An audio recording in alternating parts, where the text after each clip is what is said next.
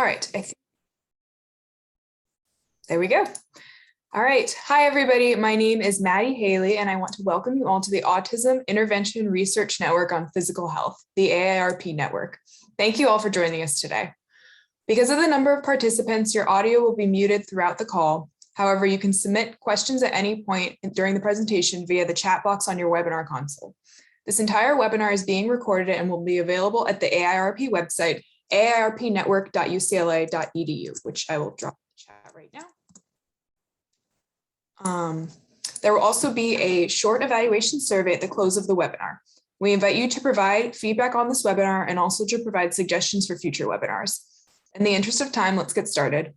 We first want to acknowledge the Health Resources and Services Administration as the funding source for the AIRP network. Now it's my honor to introduce our speaker for today, Dr. Lekha Rao, a pediatric neurologist at UCLA Health. Please join me in welcoming Dr. Rao. All right. Thank you so much. So I am a pediatric epileptologist at UCLA. So thank you so much for being here today. So today, I'm going to start out with some basic definitions of what are seizures, what is epilepsy, and then we'll go on to talk about the prevalence of epilepsy and autism, why epilepsy develops in autism, some treatment strategies that are unique to epilepsy and autism. I do have some clinical trial support, but not really relevant to anything I'll be discussing here today. And of course, with pediatric epilepsy, most of what we discuss in terms of medications is going to be off-label because it's very hard to do randomized controlled trials in the pediatric population. So most of the time we're actually using medications that have an adult indication, but without a specific pediatric indication. All right, so just going to start out with this video as an intro.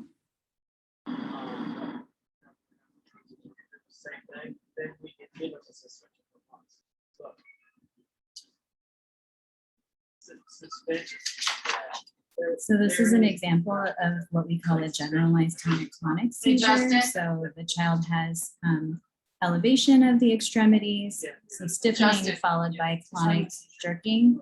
The mom has also demonstrated proper seizure first aid by placing the child on his side, providing comfort, nothing in the mouth. Most of the time seizures stop on their own within a minute or two. But you can see how these are scary to family members who witness them, especially if they're unexpected. So what is a seizure? So seizures are actually much more common than people realize. They affect an estimated 8 to 10% of the population over a lifetime. The other way I put it is 1 in 10 people will have a seizure in their lifetime. So not to scare anybody, but probably at least 2 or 3 of you here may actually have already had a seizure or will go on to have a seizure. And that includes provoked and unprovoked. And I'll go over what that means. So seizures are very common in that they account for 1 to 2% of all emergency department visits. And approximately a quarter of these will be a first-time seizure. So what is a seizure? So seizures are defined as sustained abnormal electrical activity arising from the cerebral cortex with a discrete beginning and end. And how we define this on an EEG is we're looking for evolution. So in amplitude, meaning that the abnormal electrical activity starts, it grows, it might become faster in frequency, and then the appearance may change on the EEG. And what the seizure looks like is a direct translation of what the electrical activity is like. So where it comes from in the brain, whether it's generalized, meaning kind of coming from all over in the brain and then spreading, it'll probably be seen like the child that I showed you the video of, where the whole body is involved. So there's whole body stiffening and shaking, versus focal, meaning it's coming from a portion of the brain. And so it starts in one place and then moves forward. Depending on where that is, seizures can look very different. They can present with just staring. They can be chewing. They could be rapid, restless movements, depending on which part of the brain is affected. So what is a seizure versus what is epilepsy? So seizure is considered the event. So in the moment, what is happening? Versus epilepsy is the disease that involves spontaneously recurring seizures. So one pet peeve of many epileptologists, such as myself, is when we hear somebody has a seizure disorder. Either you have seizures and maybe they're provoked, but if you truly have recurrent seizures, then you have epilepsy. So we don't really like to say seizure disorder. We like to say whether or not they have epilepsy or they have seizures. And those things are distinct. So the traditional definition of epilepsy, which has recently changed, it used to be a disorder characterized by 2 or more unprovoked seizures occurring more than 24 hours apart. So you could have, one seizure in your lifetime, and then you have another seizure maybe 3 years later. That's enough to diagnose epilepsy. And this means that it's not something that was caused by infection or trauma or anything else.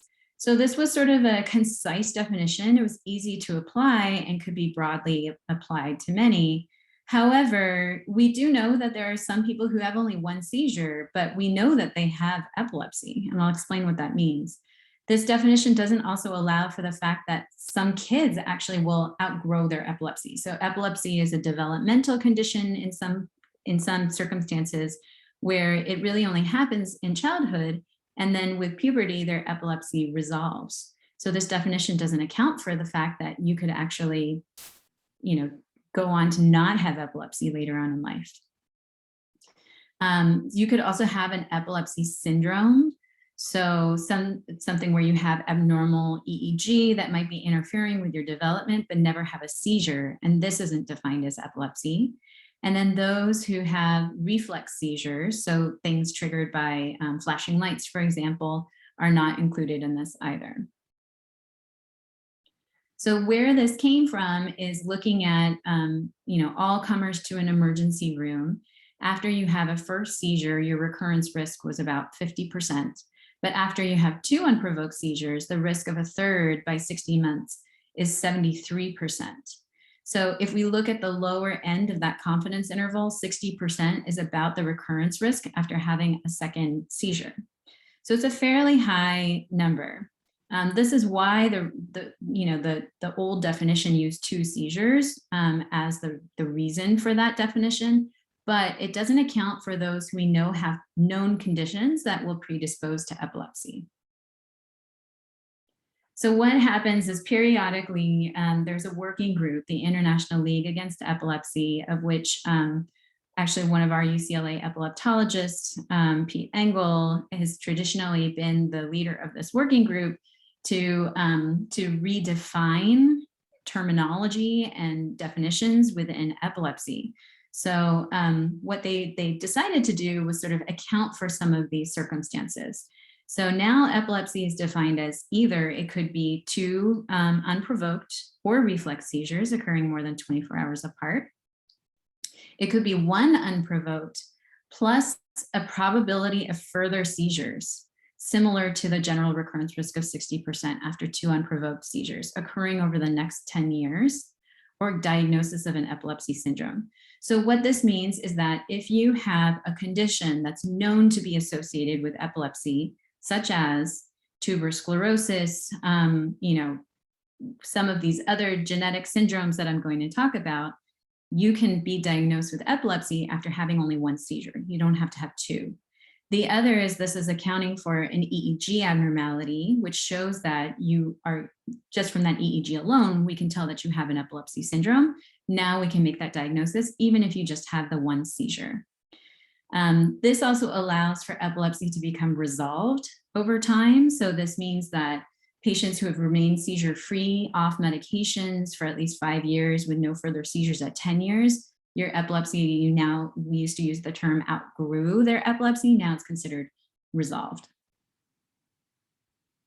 So these are not epilepsy because there's usually a precipitating factor. So febrile seizures is one. So these are children between 6 months to 6 years of age who have seizures only in the setting of fever. Alcohol withdrawal seizures, which is something that can happen in adults. Metabolic seizures, so things triggered by changes in electrolytes, low glucose. These are provoked seizures, as well as toxic seizures secondary to drug reactions or renal failure. something called convulsive syncope, where you faint and then have something that looks a lot like a seizure. That's not considered epilepsy. And then acute convulsive, concussive convulsion, or a traumatic seizure. So impact seizures, patients who were football players and they had a hard hit and then had what looked like a seizure, that's not epilepsy. And then any seizures that occur within the first week of some sort of brain trauma, infection, or stroke. Those are called acute symptomatic seizures. And so those patients are not diagnosed as having epilepsy. So epilepsy, in a general sense, or as a concept, is considered to be a disorder of the brain characterizing by an enduring predisposition to generate epileptic seizures, and by the neurobiologic, cognitive, psychological, and social consequences of this condition. So the definition of epilepsy requires the occurrence of at least one epileptic seizure. So again, I brought this up with Pete Engel. However, this definition still doesn't include some other syndromes of epileptic encephalopathies where you could never have a clinical seizure. It doesn't account for some phenomenon with abnormal EEG, and I'll go on to discuss some of those things because they're relevant in autism. So how about epilepsy in patients with autism? So the prevalence of epilepsy in the general population is about 0.5 to 1%. There's a wide range in this prevalence, depending on age, but however, in individuals with autism, the prevalence of seizures is 5 to 40%.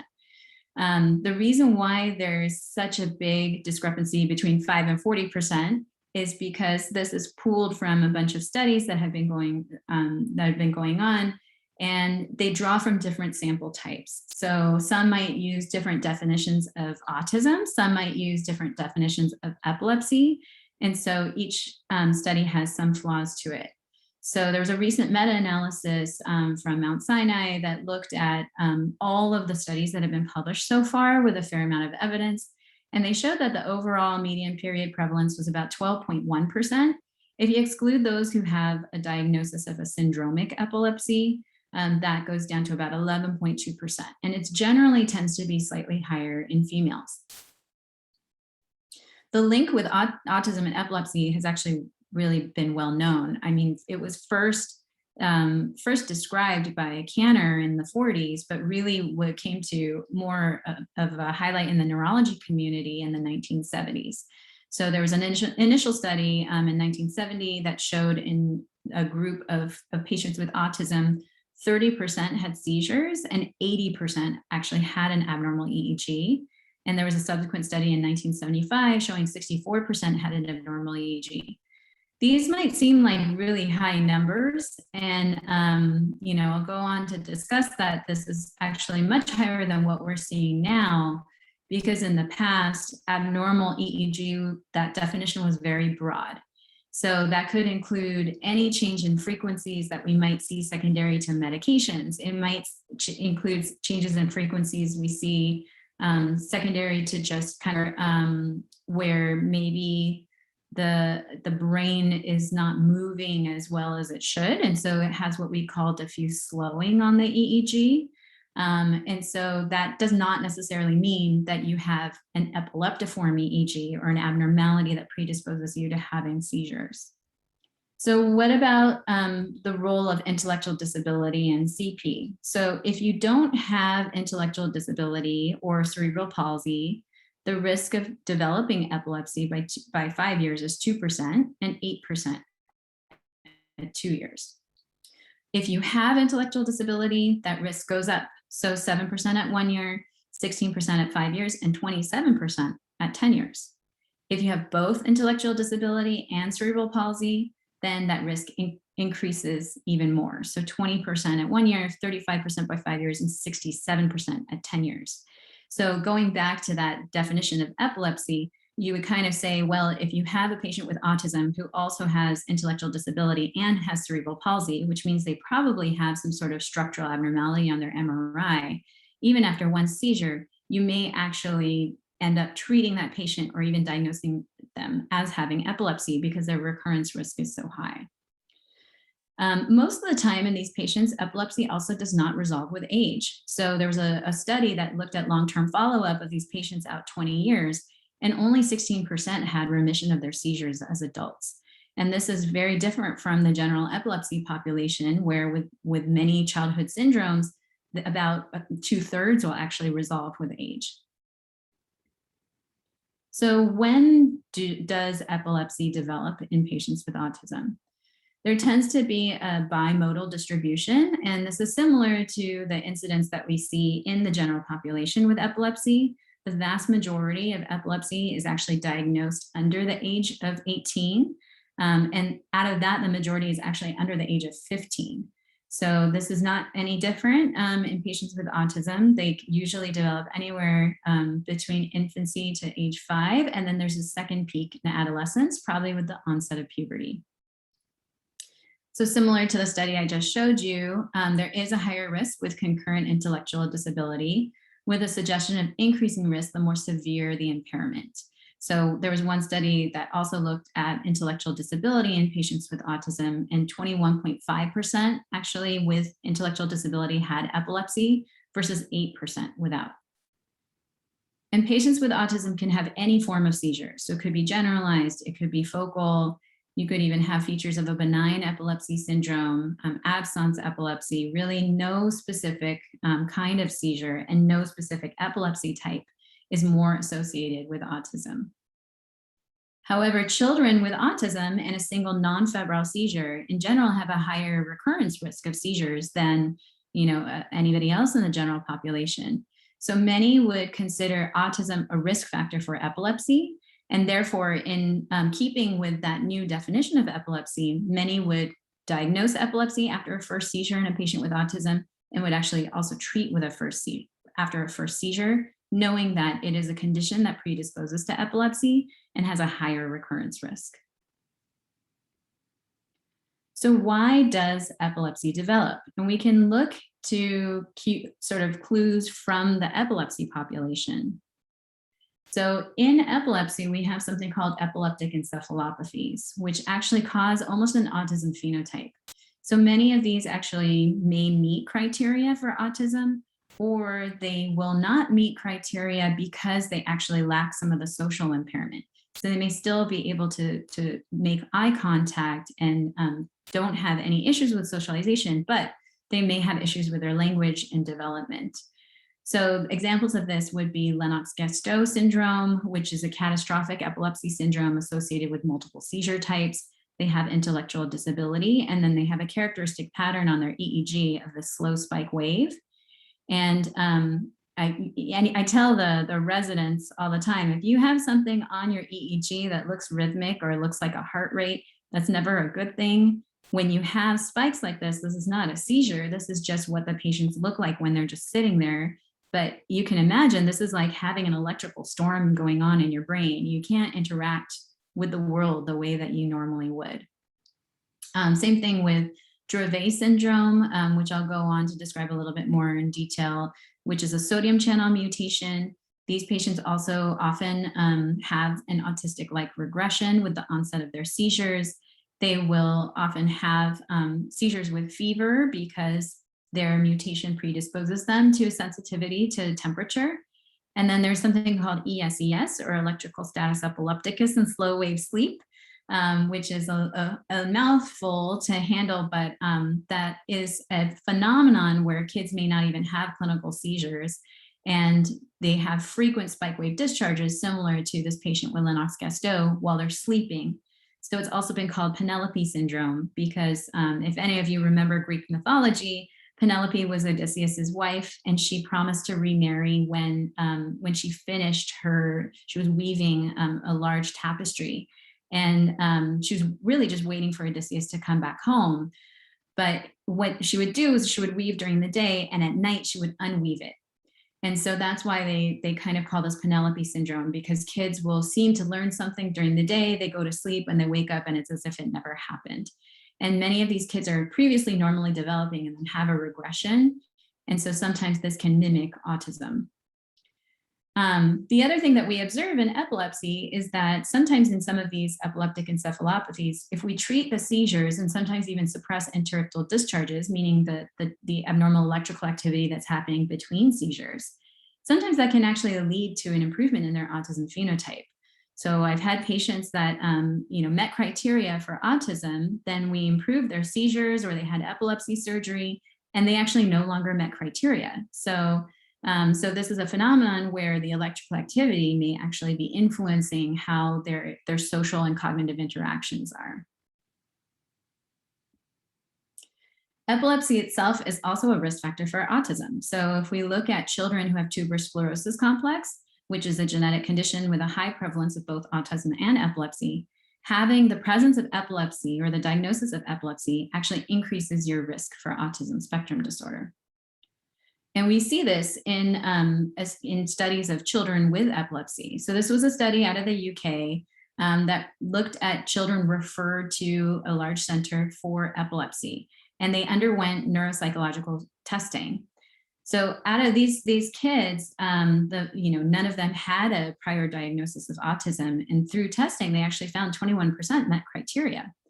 61% of those had intellectual disability, and 28% were considered severe. And they found, interestingly as well, is that an additional 26% had some features of autism. So this was based on parent and teacher questionnaires, but they didn't actually meet criteria. And intellectual disability was a significant predictor of having autism. So epilepsy may play a role in the intellectual disability, thereby impacting the autism, not necessarily having a direct impact. And these children also had high rates of other neurobehavioral comorbidities, which we often do see in epilepsy, like OCD, tics, and ADHD. So we know that there's something to do with the neuronal connections, and there's something to do with the network in epilepsy that may also impact autism spectrum disorders. The other thing that we found is that in maternal registries, prenatal exposure to valproic acid or Depakote increases the risk of autism in the children. So this might speak to some role of modulation of excitatory pathways during fetal development, that there's something about actually suppressing some of that excitation that may actually lead to later development of autism. The other thing we know is that infantile spasms carries a risk of later development of autism, even if they're treated.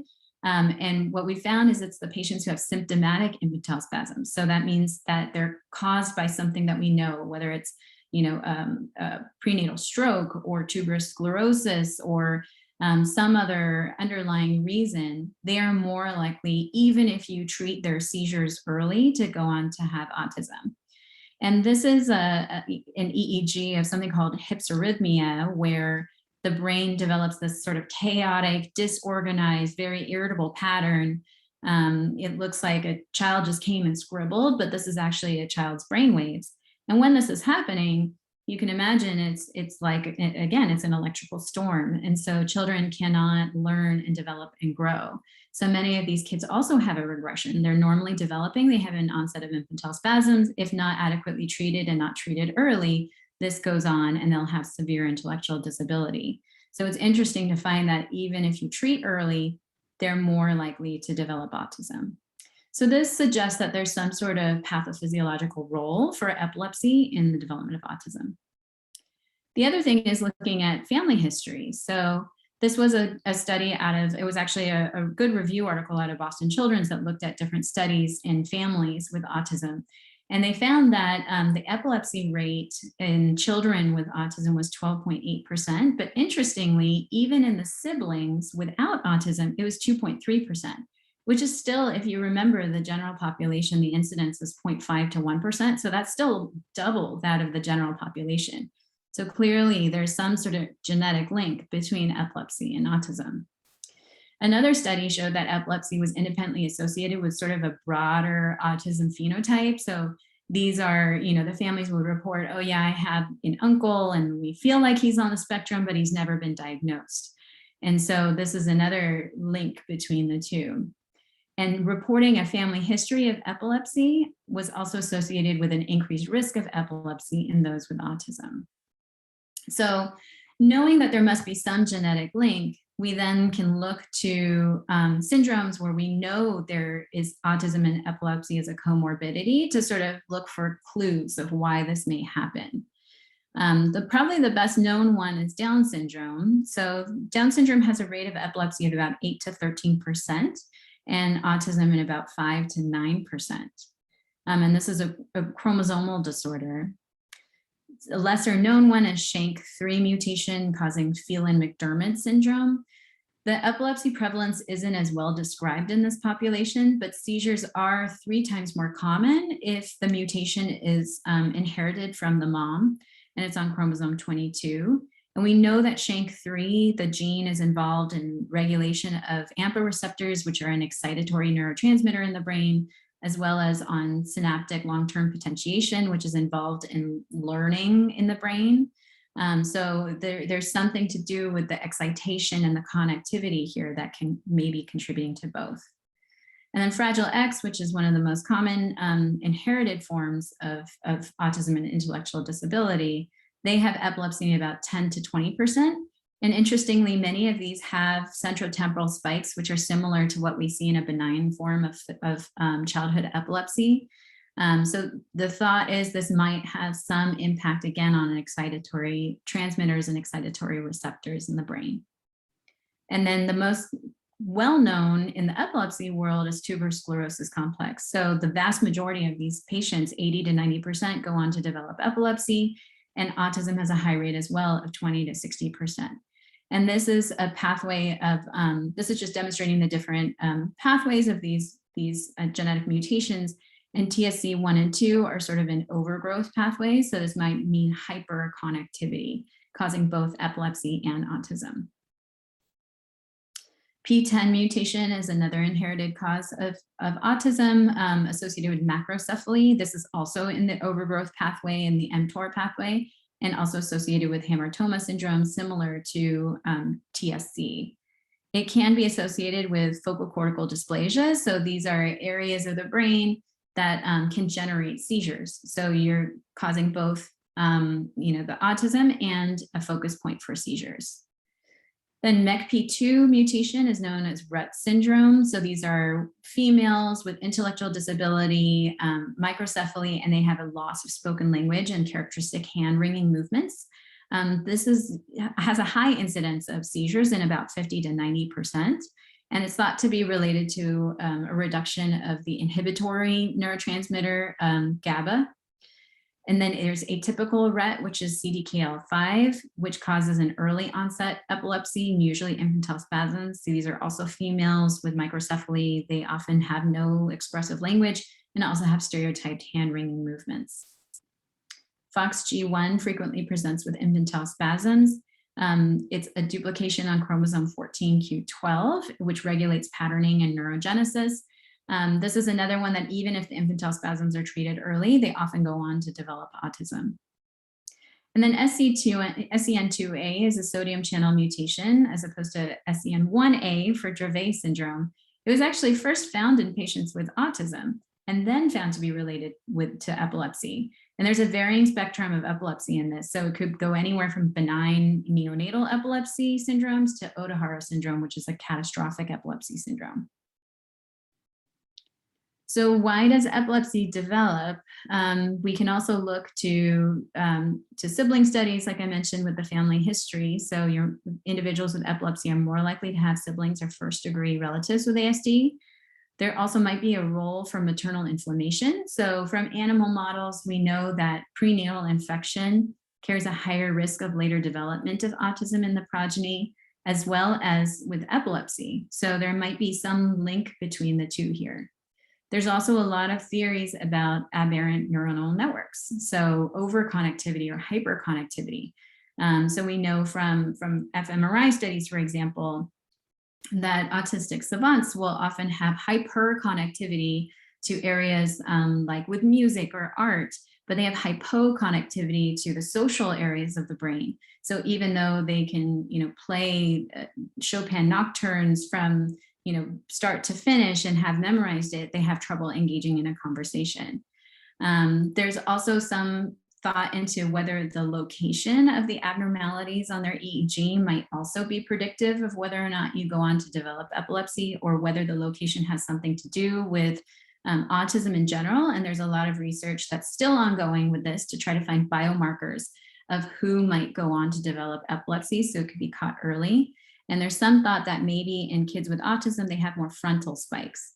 And the frontal brain is more involved with expressive speech, with higher executive functions. So there's some thought that maybe this frontal location also has to do with difficulties with socialization. So there's also imaging studies that support this. I mentioned fMRI.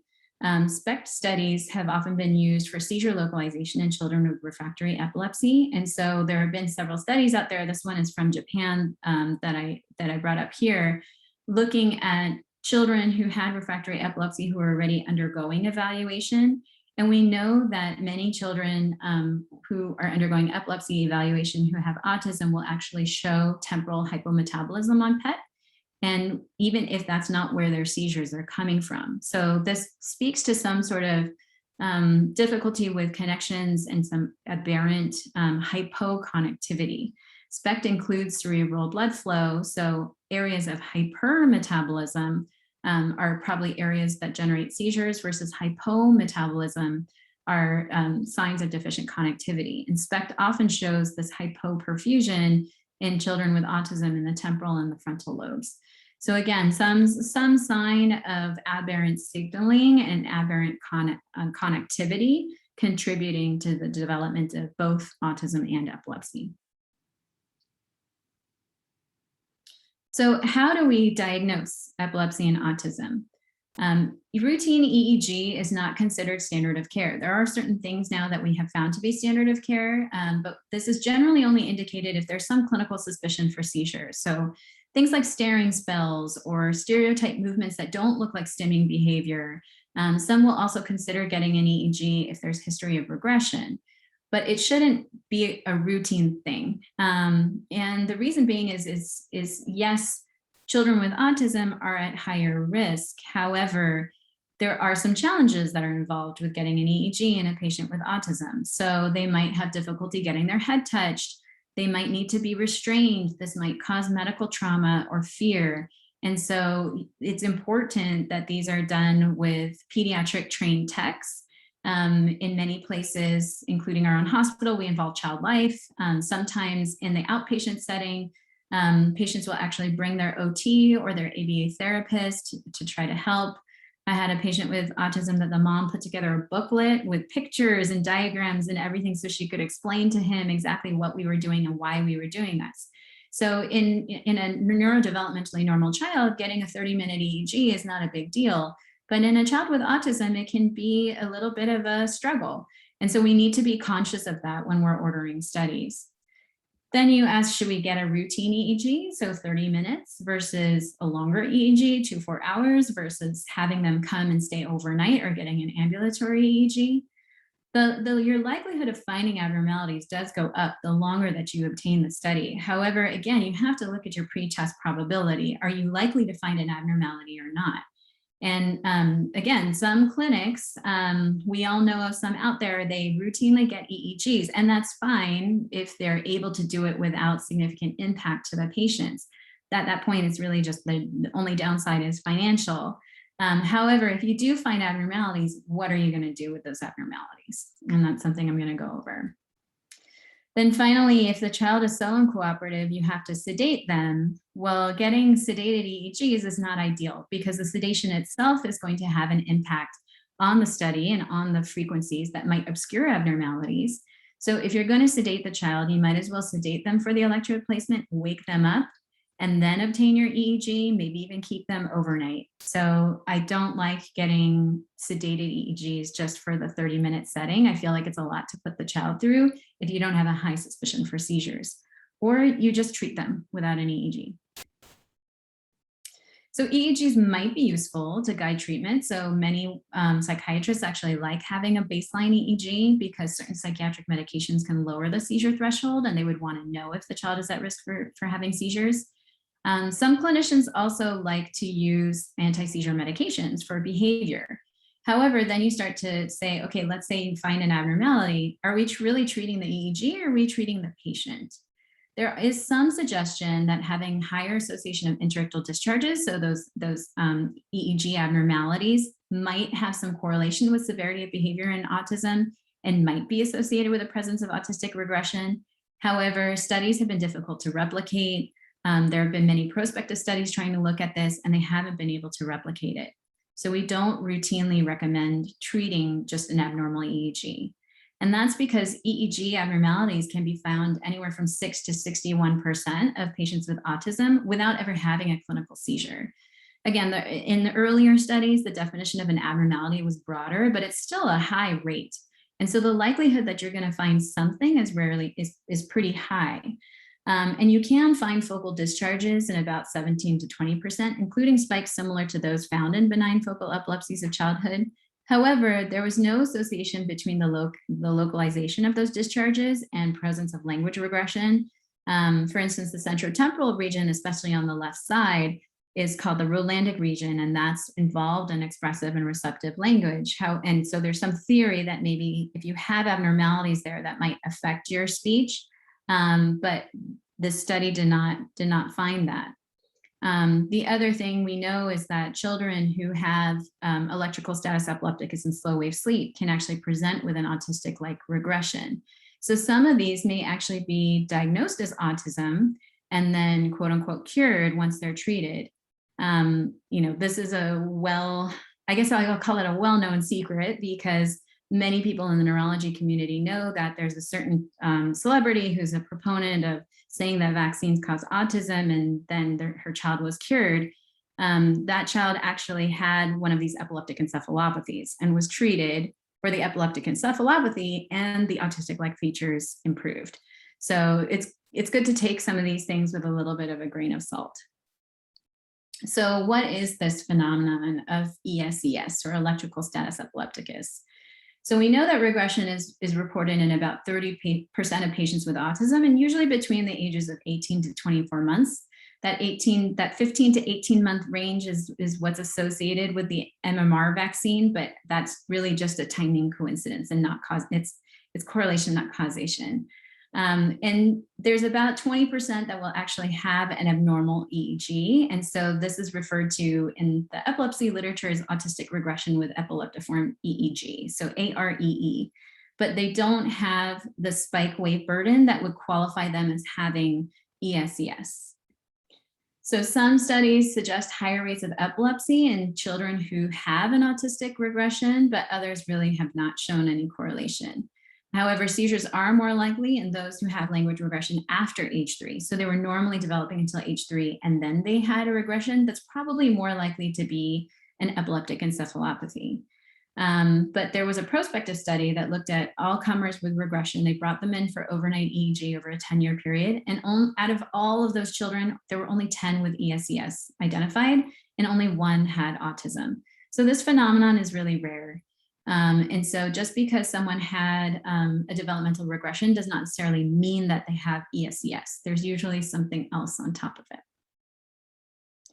So what do we do to treat these kids? Well, some medications that we use to treat seizures may actually have some benefit in terms of behavioral side effects.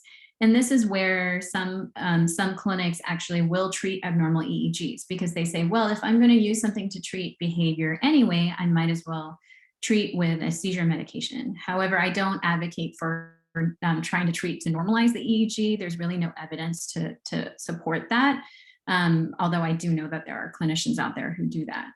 So things like Depakote or valproic acid might be beneficial for mood stabilization. Many kids with concurrent epilepsy will also have migraine. So this may actually be helpful for migraine prophylaxis as well, along with topiramate. Topiramate is also used for OCD and for mood stabilization. Lamotrigine can also be mood stabilizing. And then carbamazepine is specific to focal epilepsies. It's not recommended for generalized epilepsies, but it could be mood neutral or in some way stabilizing. And then finally, clobazam, which is a benzodiazepine, is actually used in Europe a lot for anti-anxiety. So some people will also use it for that added benefit. Although, as we'll talk about, many of these will also have adverse side effects. Then something for specific epilepsy syndromes, we use ethosuximide for absence epilepsy, which is mood neutral. It shouldn't have any effect on mood. And then vigabatrin is specific to infantile spasms, but there's some evidence that's growing now that it may be protective in tuberous sclerosis complex, that it may actually go on to help prevent development of epilepsy. And so there's some move from a recent trial to maybe even starting kids routinely on this, even before they develop infantile spasms. And then everolimus is an mTOR inhibitor, which is used in tuberous sclerosis. And there was a EXIST-3 study recently in Japan treating infants or children with refractory epilepsy with everolimus. They had an improvement in their seizure frequency, and there was a trend towards improvement in their autism symptoms as well. However, a lot of our medications may also have adverse effects. So levetiracetam or brivaracetam, Keppra or Briviact, are associated with agitation and irritability. So many people actually don't like using it in children with autism. However, if you really look at the literature, that agitation or irritability only occurs in about 15 to 20%. And if there is a component of epileptic encephalopathy, so these kids are having frequent interictal discharges or they're having frequent seizures, these medications are actually good spike suppressants. So I've actually had the reverse happen, where I've had patients with autism become less irritable, and their parents actually said that the teachers reported, like, what did you do? Did you have a new therapist? Like, what happened? All of a sudden, they're much more happy and interactive. And it's probably because the seizures were contributing to their behavior. So it works as a spike suppressant. So really don't discount this or not use it in autism just because of this potential for agitation or irritability. What I often say is if the kid is an irritable child to begin with, maybe it just lowers the threshold a little bit for them to get more agitated. But true agitation to the point that it cannot be tolerated is really, really rare. Valproic acid is used a lot as a mood stabilizer. However, it can cause easy bruising and bleeding. So this is an issue if kids have stimming behaviors that involve like banging or head banging, things like that. You have to worry about it. However, it's also a spike suppressant. So if they do have features of activation of spike wave discharges, it may be helpful in that respect. And then lamotrigine, even though it can be mood stabilizing, it can also be activating. So I have had some kids that they get a little bit more worked up on it or have trouble sleeping on it. And then a newer medication, Fycompa or perampanel, can also be associated with agitation and aggression. However, there's some thought that this might be a phenomenon called forced normalization, where if you have seizures and then you control them, maybe that the seizures were providing almost like electroconvulsive therapy, and you remove that stimulation and suddenly they become disinhibited and they're able to do things that they weren't before. And then clobazam, I mentioned, could be beneficial for anxiety, but can also cause disinhibition or impulsiveness because it's of the nature of being a benzodiazepine. So some other considerations to think about is not everything that shakes is a seizure. So this was a study out of Great Ormond Street that found that they looked at all patients with non-epileptic seizures. So these are seizures not coming from abnormal electrical activity in the brain. And they found a high rate of autism in those patients. So they reviewed a database of referrals. They screened 59 patients with non-epileptic seizures, and 10 of those patients, so almost 17% of the patients actually had autism. 50% were actually undiagnosed at the time of referral, and 50% were diagnosed subsequently. They also found a high rate of concurrent neuropsychiatric disorders, like I mentioned earlier, the OCD, tic disorders, ADHD. And there's some thought this might be related to alexithymia. So this is a fancy term for difficulty recognizing your internal emotional state. So one of the theories of non-epileptic seizures is that it's your body expressing something else that it's feeling. And so whether it's from underlying anxiety, or manifestation of some buried trauma. And the thought is in kids with autism that this difficulty with social participation may lead them to decompensate at times of social or academic pressure. So it's almost like a release mechanism for their body to have a non-epileptic seizure. So clinicians who work with non-epileptic seizures should also screen for autism, or this is something that we should be on alert for as well. So in conclusion, children with autism are at higher risk for developing epilepsy than the general population. So it's something to keep an eye out for. But there's no clear role for treating interictal discharges. So if they just have an abnormal EEG and have never had a clinical seizure, I personally don't advocate using a seizure medication to try to suppress those spikes, although some people will use them for other purposes, such as for mood, and may have an added benefit of suppressing those spikes.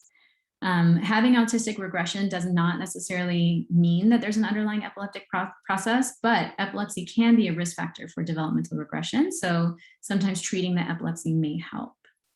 And treatment can be specific for the epilepsy type, but also keeping in mind the different side effect profiles, and then screening for autism or screening for non-epileptic seizures and autism as well, as they may be at higher risk. Okay, thank you.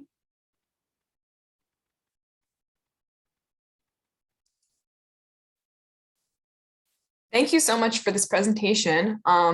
So we do have some time for questions from the audience. I don't see any yet, but I will wait a little bit just to see if some people start submitting some questions. In the meantime, so you can see, you can always email us if you have any questions at the AARP Medna email. I will also send the link for the feedback survey right now.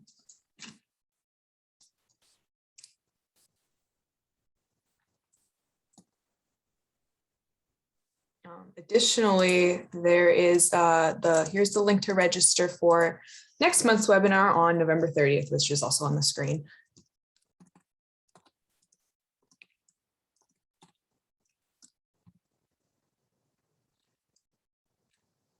I hope no questions means it was clear. It seemed very clear to me, so. All right. Oh, okay, we did get a question. So somebody asked in the chat, how do stimulant medications interact with the epilepsy medication? Yeah, so I get this question a lot, and you see in stimulants listed like risk of seizures as a side effect. And really what we see is in patients who have epilepsy and then they're sleep deprived, that can increase the risk of breakthrough seizure. So, so what I usually say is if you can control that, then the benefits of stimulant medication outweighs any risk of increasing seizure. So it doesn't matter, you know, if their epilepsy is well controlled, if they can't participate in school because their ADHD is out of control. So I often advocate that whatever needs to be done to help treat their ADHD, that's beneficial. So there's not actually an interaction between the medications. It's that the stimulants can cause sleep deprivation or insomnia, which then can lower the seizure threshold.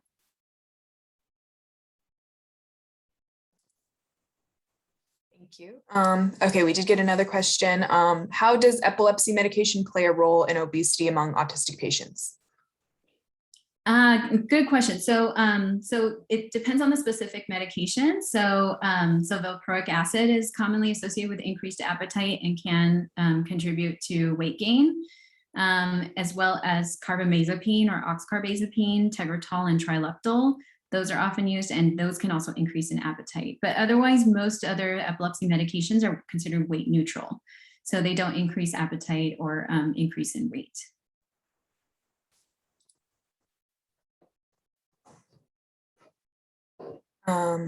Somebody else asked in the chat as well, is there an interaction between ADHD and epilepsy medication? I think somewhat similar to the stimulant one, but I didn't know if that was more specific. Yeah, I think it's similar in that there's no interaction between the medications, but more that there's this theoretical lowering the seizure threshold. And we say it's better to just treat their ADHD.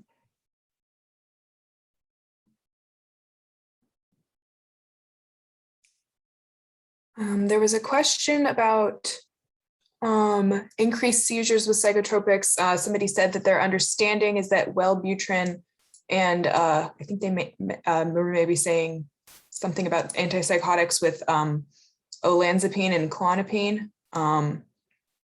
Maybe like the interaction with those two. Yeah, so it's so it is known that Wellbutrin, olanzapine, and clozapine can lower the seizure threshold. So it is something that we watch out for. However, we do have patients with epilepsy who need to be on these antipsychotics. So oftentimes I'll just work with a psychiatrist and let them know, if this is what you need to do, I'll manage their epilepsy. And we do often also see patients with whom they have their first onset seizure and they happen to be on Wellbutrin. A lot of times they actually have an epilepsy syndrome that we diagnose on EEG. So it's not that the Wellbutrin precipitated the seizure. They were going to go on to have a seizure in their life at some point. So that's why I wouldn't routinely get an EEG before starting one of these medicines unless they have some other predisposing factor or they have a history of an abnormal EEG. And even then it's something you can just counsel them on.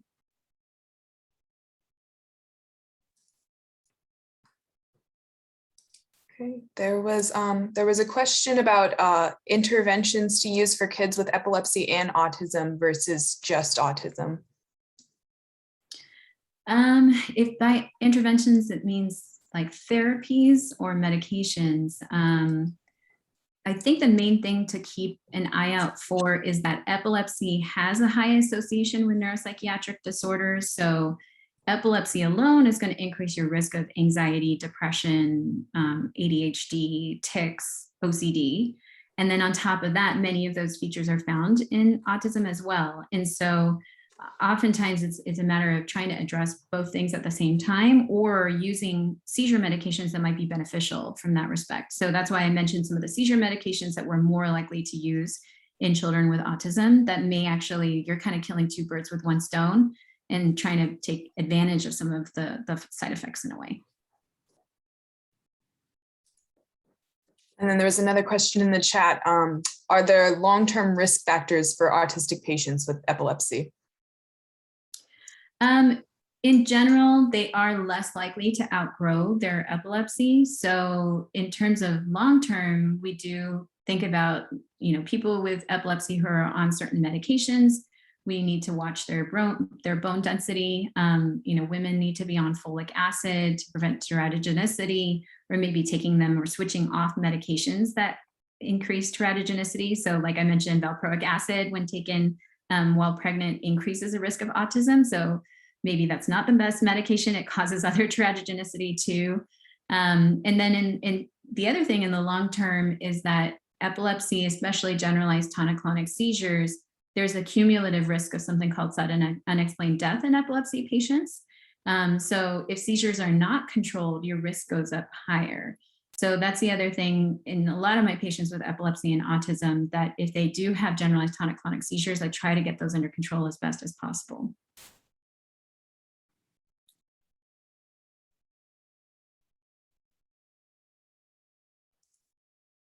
Thank you. Okay, maybe just time for one more question. Well, we do have a bit of time, but yeah, maybe just wait just a moment just to see if any more questions come in.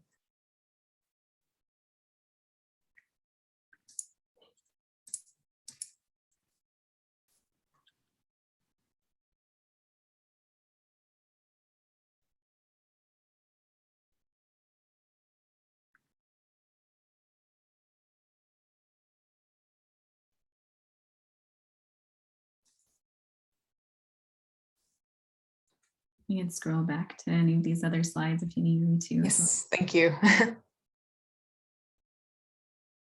All right. I think that'll be it then. Again, if you have any questions, please feel free to contact us at the email on the screen. And also please provide your feedback with the survey. Otherwise, thank you so much again, Dr. Rao, and we will see you all next month in November. Thank you so much for having me. Have a good afternoon. Bye.